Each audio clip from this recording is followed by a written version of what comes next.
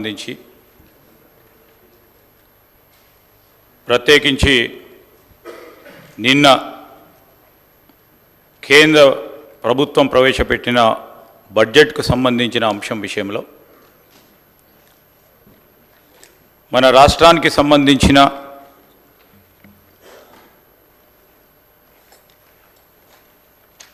ఆర్థికపరమైన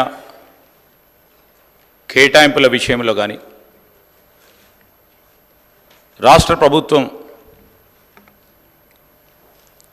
మొన్న 7 నెలల నుంచి కానీ గత 10 సంవత్సరాల నుంచి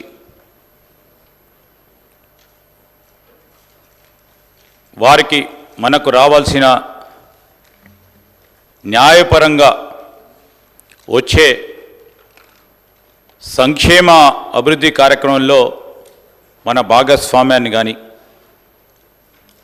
ఈ బడ్జెట్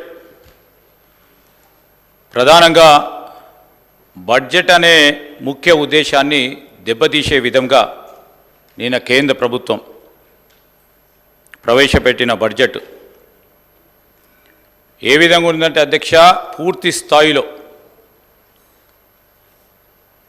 అత్యంత వివక్ష పూరితంగా ప్రమాదకరంగా ఉంది నిన్న కేంద్ర ప్రభుత్వం ప్రవేశపెట్టిన బడ్జెట్.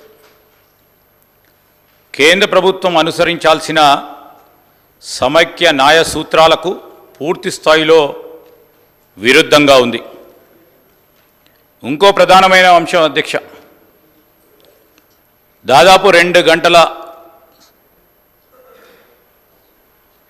కేంద్ర మంత్రివర్యులు సీతారామన్ గారి బడ్జెట్ స్పీచ్లో ఒక్క సందర్భంలో కానీ, ఒక్క వాక్యంలో కానీ, ఒక్క పదంలో కానీ తెలంగాణ పదాన్ని ఒక్కసారి కూడా పలకలేదు, దాని ఊసనే లేదు. చాలా దురదృష్టకరం, బాధాకరమని ఈ సందర్భంగా చెప్పదలుచుకున్నాం అధ్యక్ష. ఈరోజు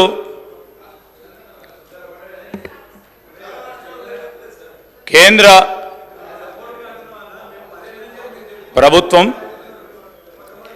ఈరోజు ఏమంటుంది అధ్యక్ష, వారు ప్రవేశపెట్టిన బడ్జెట్కు సంబంధించి మేము చెప్తా ఉన్నాం అధ్యక్ష.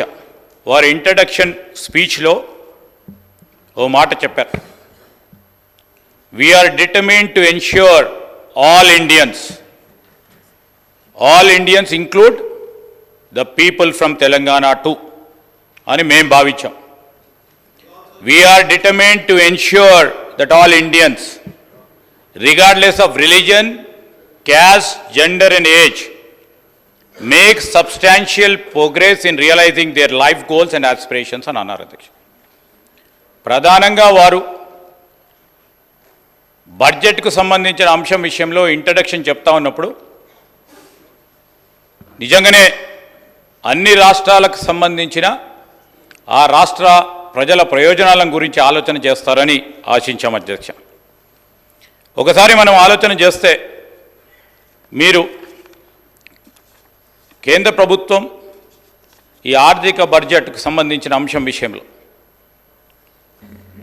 సమైక్య స్ఫూర్తి, అదేవిధంగా రాజ్యాంగంలో అమర్చిన న్యాయ సూత్రాలకు సంబంధించి నిన్న వారు ప్రవేశపెట్టిన బడ్జెట్టు ఈరోజు వీటన్నిటికీ కూడా ఆదర్శంగా ఉందా లేదా అని మనం ఒకసారి ఆలోచన చేసుకోవాల్సిన తరుణం ఏర్పడ్డది అధ్యక్ష. ఈరోజు మనం అందరం కూడా చూస్తూ ఉన్నాం, రాష్ట్ర ఆంధ్రప్రదేశ్ పునర్విభజన చట్టంలో 10 సంవత్సరాల నుంచి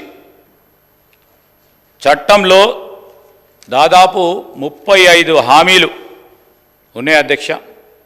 ఆ 35 హామీలకు సంబంధించి అనేక సందర్భాల్లో మేము అక్కడ ఉన్నప్పటికీ ఇతరులు మా సోదరులు బీజేపీ వారు కూడా ఉన్నారు ఇక్కడ, వారు కూడా అనేక సందర్భాల్లో కూడా ప్రస్తావన చేసి ఉండొచ్చు. బీఆర్ఎస్ సోదరులు ప్రభుత్వంలో ఉండి ప్రస్తావన కేంద్ర ప్రభుత్వం మీద ఉండొచ్చు, కానీ ఈ బడ్జెట్లో దాని ఊస లేకపోవటం, ఉచ్చారణ లేకపోవటం, ఒక ప్రణాళిక ఈ విధంగా చేస్తామని చెప్పకపోవటం యావత్ తెలంగాణ ప్రజలకి ఈరోజు మనసు నొప్పి ఉన్నారు అధ్యక్ష.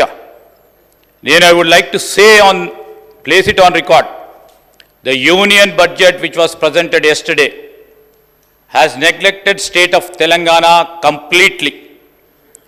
It's so unfortunate. The central government has not deemed it important to include the term Telangana in all its budget and has discriminated against our state in such an unfair manner, Adhyaksha. The AP Reorganization Act that has been used to reference to allocate funds to AP also covers the unfulfilled promises towards the state of Telangana. They have completely forgotten. And it is incumbent upon the central government to do justice to Telangana as per AP Reorganization Act. We want that honor,